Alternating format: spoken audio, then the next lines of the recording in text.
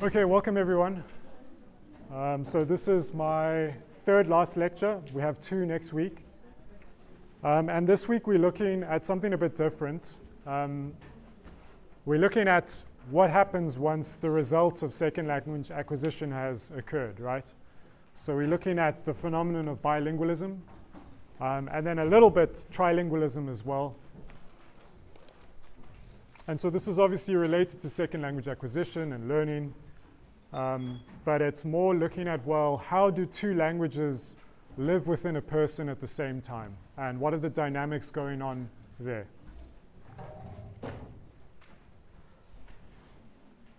Okay. So to start off with, what is bilingualism? It's quite difficult to actually articulate what it is. There's a few definitions here which we can look at. So it's a native-like or first language-like control of two or more languages, proficiency to various degrees in more than one language. That's quite a weak definition of bilingualism. A multilingual as someone who can function in two or more languages in a conversational interaction. So obviously a multilingual would be a bilingual. A trilingual would also be a multilingual. So I mean, there's various definitions. You could have a very strong one where you'd almost insist that each of the languages you have to be very competent in both. But that also just doesn't reflect reality. People have varying language skills in different languages. So they are multilingual, but it doesn't necessarily mean that they can use all their languages to the same degree. So yeah, I mean, when we're talking about competence, we would have to look at the various elements of what knowing a language involves. So the lexis, as in all the words, the diction, kind of the vocabulary that you'd use, the ability to pronounce things, so kind of the phonetic side of things, then the syntax, mastering the way in which words are kind of put together, all of those elements. We can kind of look at people's competency in those ways, as well as the language skills. This is probably a more common way of figuring out whether a person has competence in a certain language, whether they can read or write. So the more kind of literacy kind of skills versus the more productive oral skills, listening and speaking. And there can be differentiation on all of these skills. So you could have someone who's really good at speaking and really good at writing, but not good at listening or at reading. But yeah, there are typical kind of patterns that we'd see. Okay, so there's three main cognitive theories of bilingualism that we're going to be looking at today. The first is a balance theory, and you'll see there in brackets I've said it's discredited. So, and that's largely because, so these are all theories of how do two languages coexist in a person. And I'd like to also all of you to kind of think of your own languages and your own experience of using languages. Obviously, what you are conscious of in your own psyche as you use one or two or three languages is different from what's maybe actually going on in your brain. We aren't always conscious of everything, but just use your own experience of being a bilingual or trilingual, multilingual as we go through this lecture. So yeah, the first one is that in effect it's kind of like you've got a pie and it's a certain fixed size, and that's kind of your language pie. And then you can divide that pie up into two parts, or maybe 2/3 and 1/3. And the size of each piece is always determined by what the absolute size of the pie is. So, I mean, that's just one kind of way of thinking about it, but there's a competition between languages to occupy your brain, to occupy what you can be competent at. So proficiency in one language comes at the expense of another. That's kind of the idea here. And so we'll go into it a bit more in detail, but it's not actually how your brain functions and how multilingualism and bilingualism works. So the second is that there's a common underlying proficiency, and that although two languages might appear as very different things, like English, for instance, and let's say Mandarin Chinese, they appear very different. They have different syntax, different kind of phonetics, all these various features of language.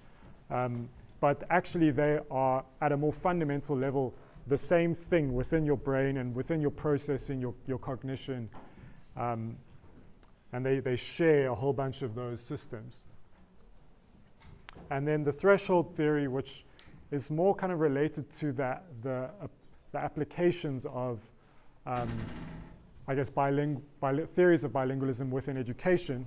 But it's the idea that the level of development of a child's L1 has a massive impact then, and either a foundation or the lack of a foundation for their second language development. So that's really looking at the L1 in relation to the L2, as opposed to theorizing how those two kind of occupy the same space. Okay, so the first one, looking at the balance theory, two languages existing in some kind of equilibrium. They have to, one can be 55% of the available space, the other one can be 45%, but it can't be more than 100%. There's only 100% of your brain processing and function to go around. So there's various analogies that you can kind of think about the balance theory. There's like, I guess the weighing scales is a good one.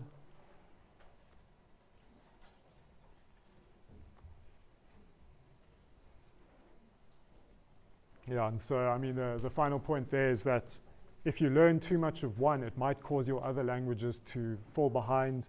There'd be attrition. That's, I guess, been a common sense idea for, particularly in cultures which have a strong, almost linguistic or language ideology of there being like a language that everyone should know. And then particularly in educational circumstances, then if everyone should know that language and should become proficient in that language, they become scared that, well, if you spend too much time learning other languages, it might be at the expense of the one that you really need to learn or that you should learn to be a good citizen, you know. So it often comes out of almost anxieties about needing to acquire one language because it's super important, either from an identity perspective or from an economics perspective in terms of entering the workforce, whatever. So the balance theory, that's kind of where it came from, but it's just the neurological and the research within bilingualism, looking at how the brain operates. It's been shown that this theory is not, actually doesn't quite explain the phenomenon. Okay, so yeah, theory didn't fit the evidence of children benefiting cognitively from two languages. So it's almost as if, well, it's not that there's just a pie. It's like if you add more languages into the mix, the pie can grow larger to accommodate more languages. There's a question about, well, if you try and learn too many languages, there's only so much time in a human life to obviously get the input, to practice the output, to have those interactions. So ultimately, there will be some trade-off if you try and become a polyglot and learn 5, 6, 7 languages, and also all the upkeep and maintenance needed to keep your skills sharp. It's almost, yeah. So there's a point at which, you know, these things do compete, but at least for two languages, which is what bilingualism focuses on, balance theory doesn't really describe. Two languages doesn't exhaust your mental capacities by any means. Okay, so moving to the second theory, which is, I think, which is not discredited. I wouldn't put that in brackets for this one. And there's I mean, you can see the image at the bottom there. That's the analogy of like an iceberg, which the majority of it is under the water, but only a certain amount that you can see above the water, small amount. So like the surface features of the L1 and L2 would just be actually as you are performing your competency, so that you're uttering certain things, you're saying certain things. And on the surface, it might look like Mandarin Chinese and English is super different, but actually the theory goes, well, you've got these two languages and they're drawing from the same underlying competency or cognitive processing in order to enable you to speak, read, write, all the various language skills.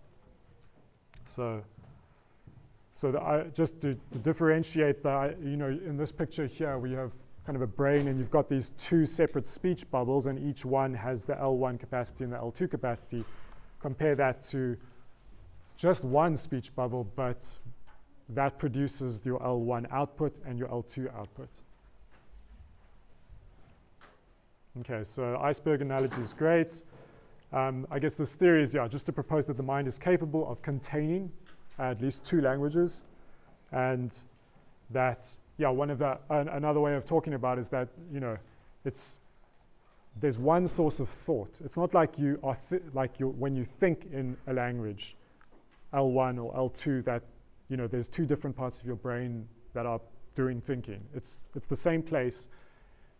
So it's more at the level of how that's outputted. There's some kind of processing that goes on that transforms your thoughts into certain languages. It's not like they are fundamentally bound to your L1 or to your L2. One engine fuels two cylinders, another. This bilingualism just loves its metaphors.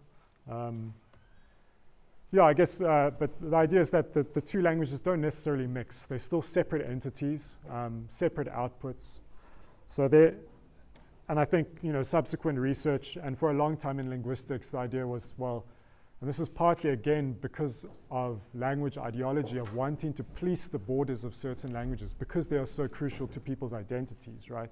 So for instance, in France, ever since the French Revolution, they kind of undertook this mission to keep the French language as pure as possible. So they have this language academy, and all the grammar is kind of stipulated and specified.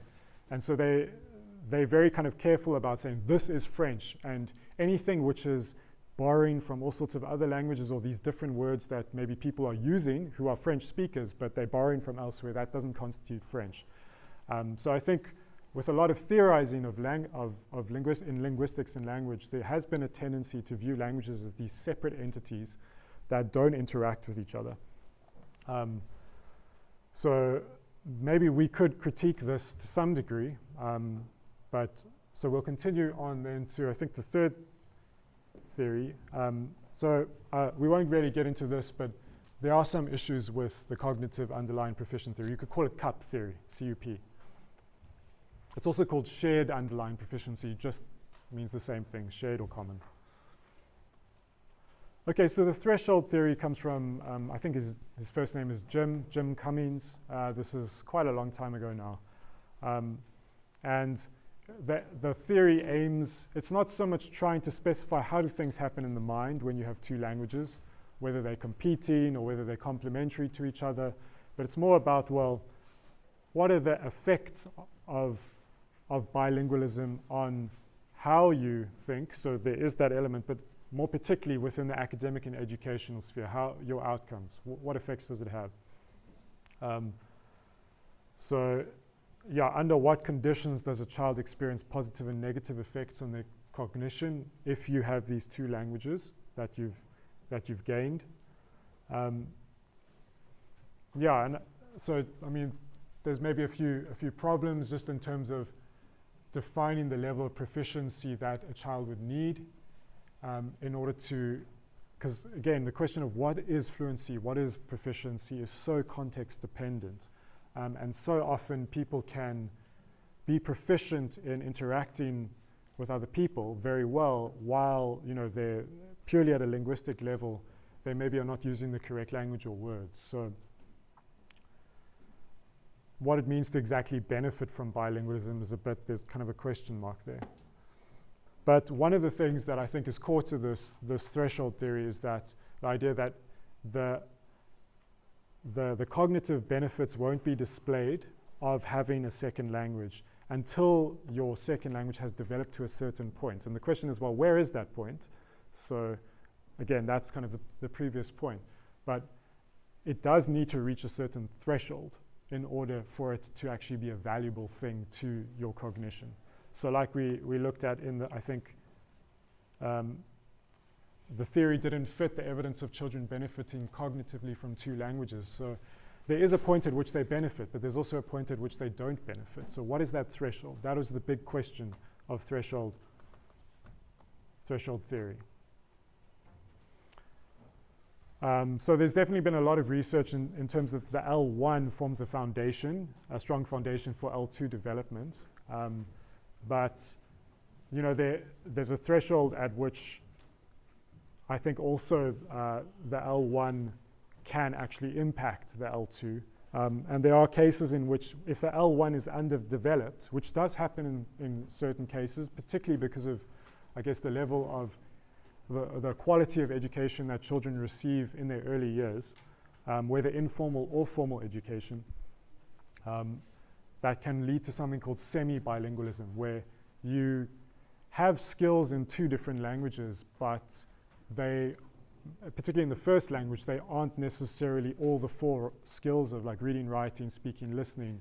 And so you have low competence, not necessarily in all the skills. Maybe you can speak both languages fine, but sometimes you'd struggle maybe to understand your second language, and you'd struggle to read and write in both languages, right? So there are ways in which people can be semi-bilinguals. Semi meaning just half bilingual. But don't look into the word semi or half. It's not exactly like you can divide their language proficiency in half. Okay, so here's a diagram of Cummings's theory. And you can kind of see that there's various flaws to it. There's the lowest level of competence, and for limited bilinguals who don't, as it were, cross the threshold into there being benefits from bilingualism. Then in the second threshold, there is adequate competence in the second language. There's no negative effects from having a second language on the first language.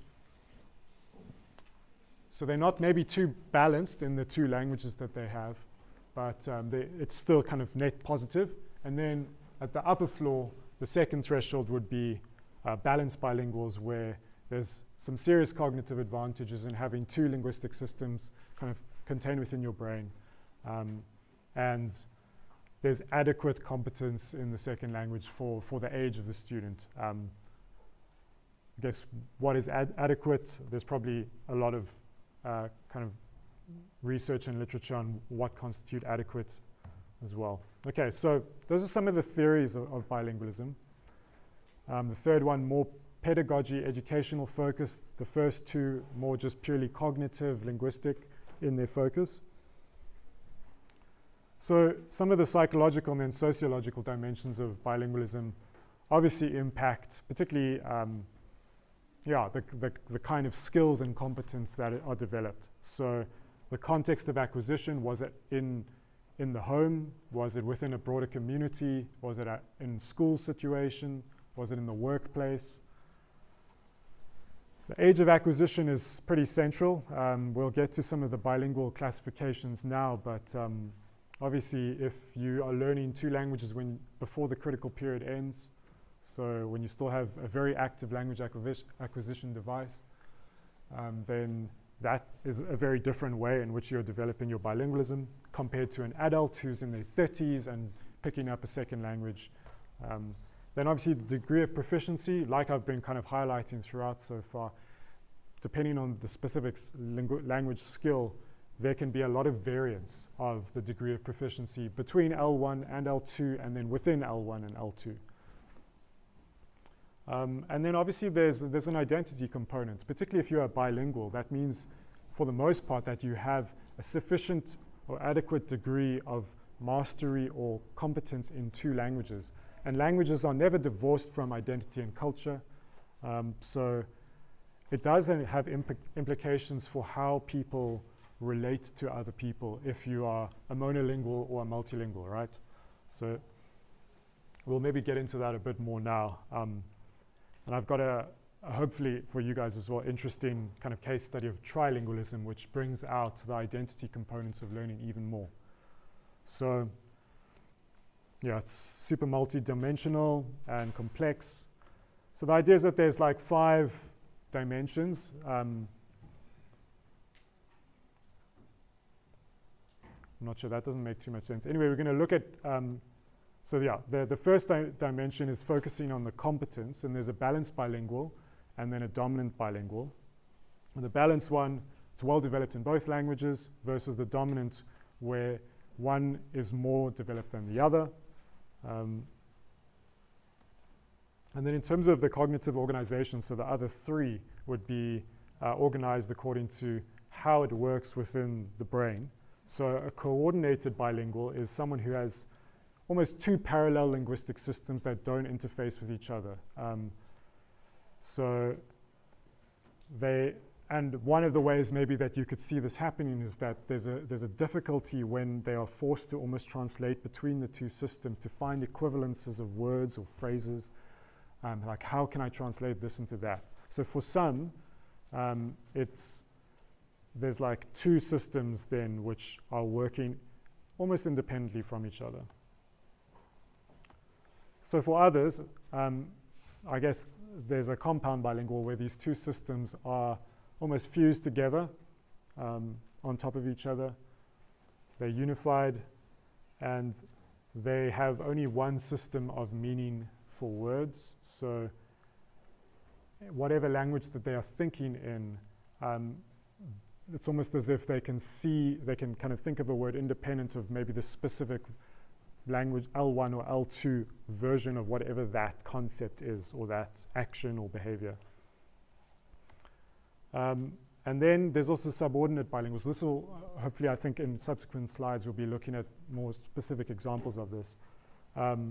Bilinguals whose L1 is mediated by their whose L2 is mediated by their L1. So they would, for instance, if they're speaking to someone in their L2 and then they say something, and then they would try and translate within their own minds back into their L1 in order to kind of understand what the person is saying. And then likewise, they almost have there's a bit of a delay where they'd have their L1 and they need to kind of think, well, what do I want to say in the L2? And so again, it would be mediated through the L1 in order to say something. Okay, so here's an example of the word for church, and this kind of gives a good way. So we're looking at the cognitive organization of bilingualism here. And so for those three categories, coordinate bilingualism, in your mind, you just really have these two systems. A church is a church in English, and it's église or whatever in French, and they're separate. You don't really view them together. Whereas for compound bilingualism, you have the same thing, the image in your mind, and then there's just two ways that you can say it. And then for the other, you have to go via your L1. So in this case, to say church, you would almost need to traverse the pathway of going to your L1's word for that, and then moving and translating internally towards the English one. So you can kind of see there's different ways in which people are bilingual. And a lot depends on how well developed the two systems are, and also kind of like when did you develop these skills. So it's unlikely that you would have subordinate bilingualism if you learned both of your first languages as a child at an early age. It's far more likely that you'd be a compound bilingual or a coordinate bilingual in those kind of cases. Whereas if, for instance, you've maybe reached the intermediate proficiency in your second language, which you started learning in your 30s or something like that, there's far more chance of you having to go through the pathway of your L1 to get to the eventual L2. Okay, so looking at the dimension of the age of acquisition, this is pretty simple and straightforward, and you can understand why. Early bilingualism has two different types. One is simultaneous, where you are learning two languages at the same time. So maybe there's a home language as well as a language of the broader community in which you find yourself, and those are different. So that's simultaneous. Consecutive then can also be, well, maybe in your early years, you lived in one place and everyone spoke the same language, and then maybe when you're 7 or 8, then you move to a different place and suddenly people are speaking a different language, particularly at school, and then you learn a second language at that stage. So that's consecutive acquisition of two languages. So, and that does then affect the kind of cognitive organization or processing, like I was saying. All right. And then for late bilingualism, it's always consecutive, right? You've already got your L1. Sometimes you can be learning two languages at the same time as an adult or as a late teenager, but that's really unusual, particularly in the South African context, unless you are living in an extremely multilingual culture where people are mixing and matching languages all the time. But again, then the question is, well, where does one language start and another end in those kind of situations? Because often also those versions of the language are not the formal academic or official versions of the language. But yeah, it's almost always consecutive as an adult or as someone after the critical period. Okay, so another dimension is the sociocultural context. So And there's two main headings here that we'll look at, which maybe you've encountered before. This is pretty important in the South African context, these two forms of bilingualism or multilingualism, additive and subtractive. And I'm sure actually most of you would be able to think of examples either in your own lives or in the lives of people that you know who have become bilinguals, but it's been, you know, in the case of additive, where it actually makes them more aware of the languages and stronger in both. Or I think and more commonly where there's subtractive bilingualism, where it's one language's introduction, particularly the second language, is often at the expense of the first language. So where two languages are competing. And that doesn't mean that they're competing for space in the brain. It's more just that there hasn't been sufficient maybe input and mastery of the first language. So the second language starts to replace it conceptually. And you start almost thinking in the terminology of the second language because you're never forced to use the terms and the modes of expression of the first language, right? So that can be subtractive. It can almost reduce some of the competency in your first language. So yeah, it's kind of a question of what are all the factors that determine whether it's additive or subtractive? There's been a lot of research on that. I mean, I've spoken about it a bit now, but it's an important question. So the fifth dimension is the cultural identity. And so there's various kinds of bilinguals now that we'll look at. The first is someone who's completely bicultural. So they positively identify themselves with both of the cultures associated with the language. And also in this case, I mean, to call someone bicultural, they could call themselves that, but they could also be called that by other people. So, and sometimes you will view your identity in ways that people from the outside might not agree. They might say different things. So I'm particularly thinking of bicultural individuals who maybe speak Japanese and they had one parent who was Japanese, so maybe they're mixed race, and then the other language might be English or something else.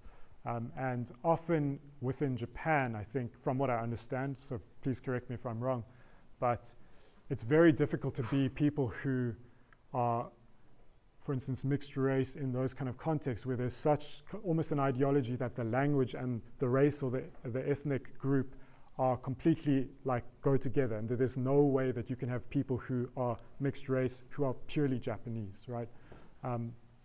So in that case, a person might view themselves as being a bicultural Japanese American or whatever, but that doesn't necessarily mean that people would identify them as being bicultural as well. So you can kind of see what I'm saying, right?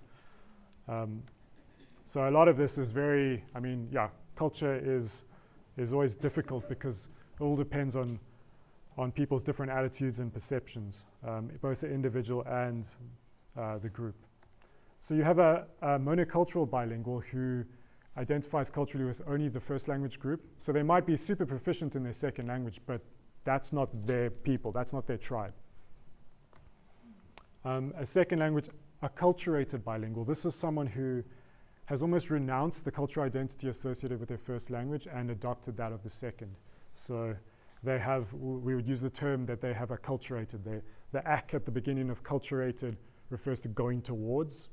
So they have gone towards the culture of a different language and almost become fused and integrated into that at the expense then of their first culture. And then a deculturated bilingual is someone who renounces their, I mean, I'd love to see some examples of this, I'm sure they exist. They've almost renounced their own first identity, cultural identity associated with their first language, but at the same time they just don't manage to integrate into the second.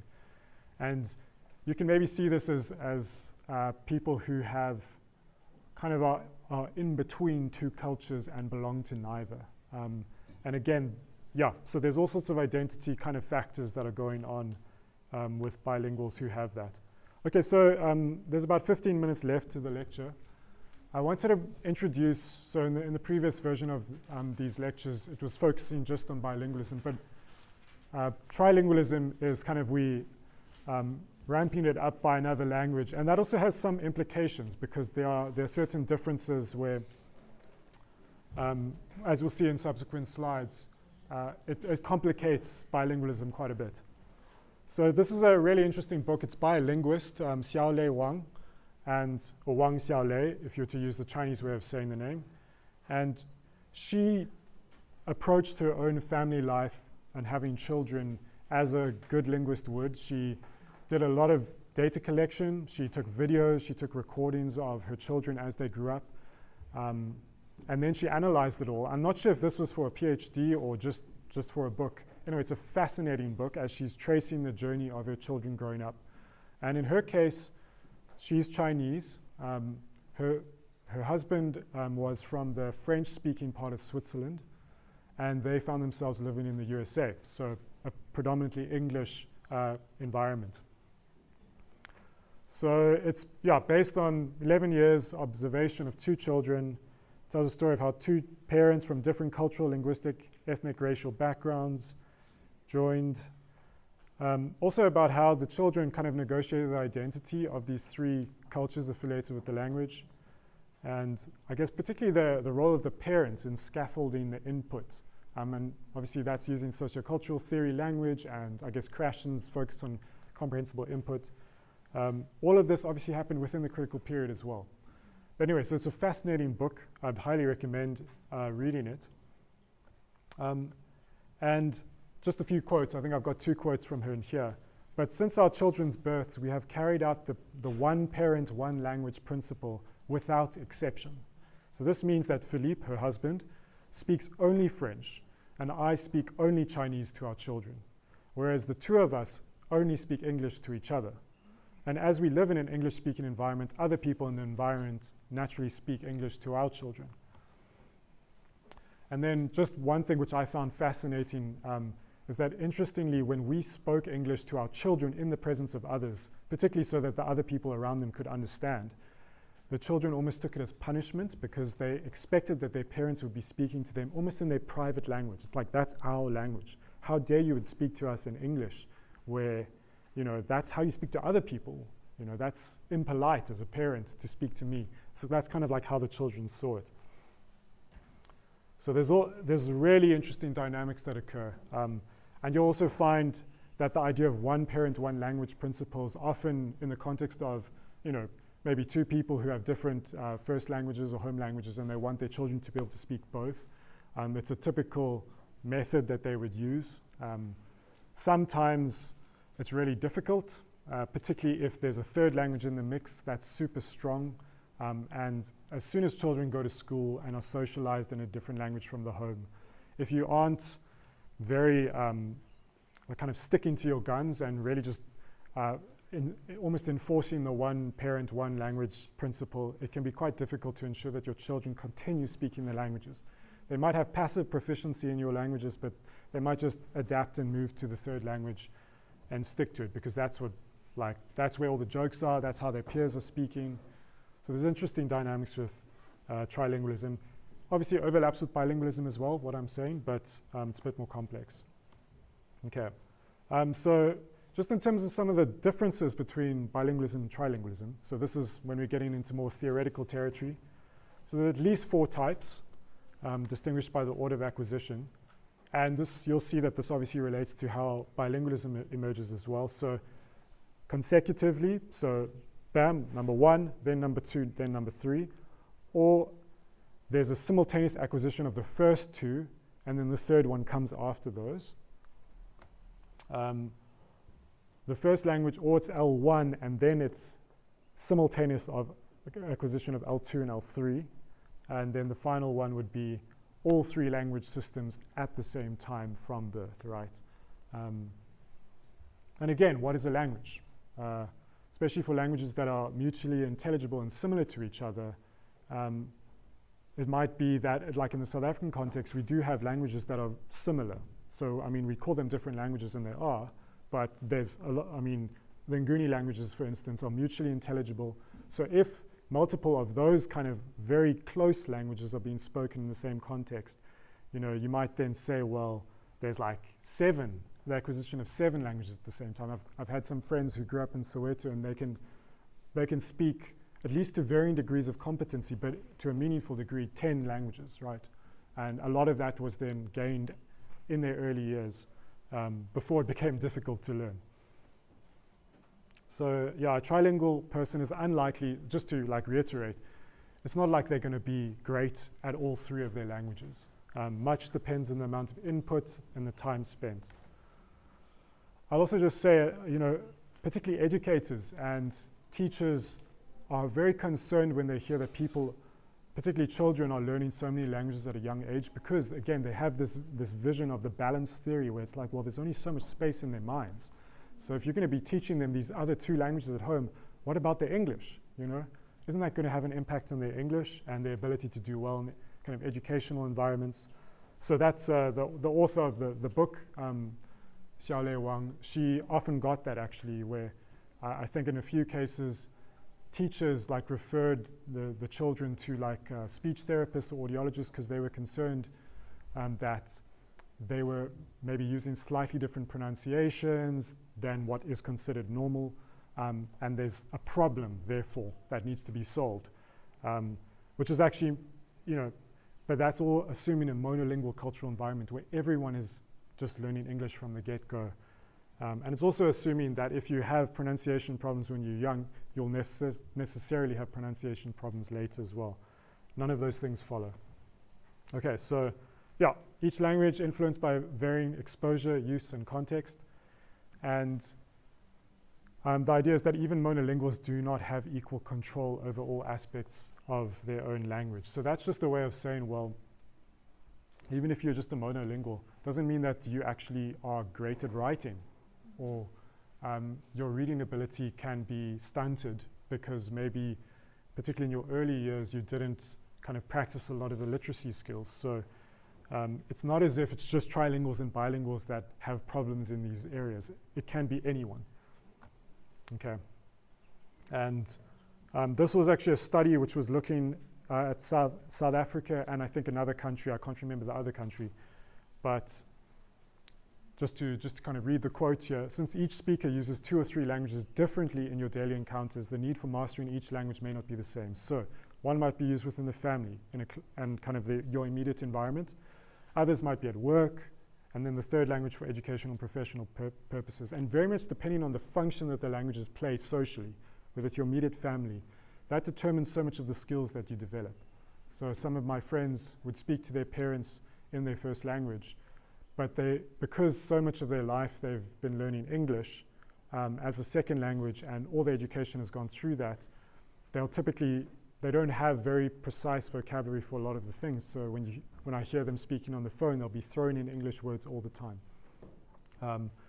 But a lot of the vocabulary of the home and more things relating to how people feel, they will have that vocabulary, but not necessarily, they won't have all the technical vocabulary of names for things, particularly maybe things which are very new. So things relating to social media or the internet. So a lot of languages just borrow from whatever the dominant language is, and that becomes, in effect, yeah, that language's vocabulary has really just been borrowed. They don't necessarily have words for those things. Okay, so yeah, I mean, it's often treated as a type of bilingualism, and then the theories are applied to trilinguals, and that's valid to a certain degree, but it does introduce additional complexity. So just as a way of kind of explaining how that might be. So if you have to say a sentence, and let's say it's in the context where you could use all 3 of your languages, you have 7 different choices or ways in which you can do it. So you could use language A, let's say it's your first language. You could use language B, or you could use language C. So depending on the situation, you could use all 3, or then you could use a combination of 2 of those languages. So there's A, B, AC, or BC, or a combination of all 3 languages. And so to kind of figure out from a purely linguistic analysis then of their production and their output, it's a lot more complex, particularly at the level of the brain and how these, is it that you have these different systems, or they share the same underlying system and there's just different output and expression. Things get a bit more complex in the brain when there's 3 languages, and indeed even more. And so it's not necessarily the case that all the theories that kind of work for bilingualism will help explain how trilinguals process language. And then another point would be that simply because of the identity component and the cultural component of language, If you have 3 languages in the mix, then the cultural and the social factors are likely to probably play a bit more of a prominent role on the competence that's developed, as well as the personality and kind of the psychology of the learner. And that's because people only have so much time, they only have so much input, they only have so many opportunities for interaction and output. And so all the other individual factors will impact that far more than if it were just, pure bilingualism, where the individual differences are probably not playing as much of a role in terms of how the phenomenon of bilingualism works. So the more languages, the more complexity, the more likely that individual differences are playing kind of the role in determining how the phenomenon plays itself out. Okay.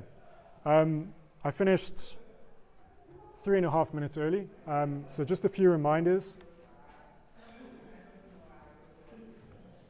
which are not appearing for whatever reason. Okay, so the first one is that there's no tutorial this week. There's a public holiday on Friday. The readings for this week are up on Are You Connected? There's no quiz on the readings this week, but for next week, which is the final quiz, it's week 7, but it's the 6th quiz. That will be based on the required reading, all right? I'm not sure if I'm going to give you a reading next week. It's the last week of term. I might just give a recommended reading, which obviously is for your own benefit if you want to read. Then obviously the assignment is due this Thursday. There's a normal lecture next Monday. And then in the Tuesday, so the Dawny period, I'm going to be doing maybe a bit of a fun lecture, kind of looking at the future of what second language acquisition will be in this new strange world we live in, where languages are increasingly being manipulated by artificial intelligence, which is great for language learners, but also bad for language users. And then there will be a final tutorial and quiz next week, Friday. It's going to be on today's lecture on the week 6 reading, so the required reading for this week. And then it'll also be on next Monday's lecture as well, which is going to be looking at, I guess, pedagogical and educational applications of everything that we've been looking at in the course. You've seen a little bit of that in bits and pieces, but we're going to focus a bit more on that in the final substantial lecture. Okay, cool. Thanks, everyone.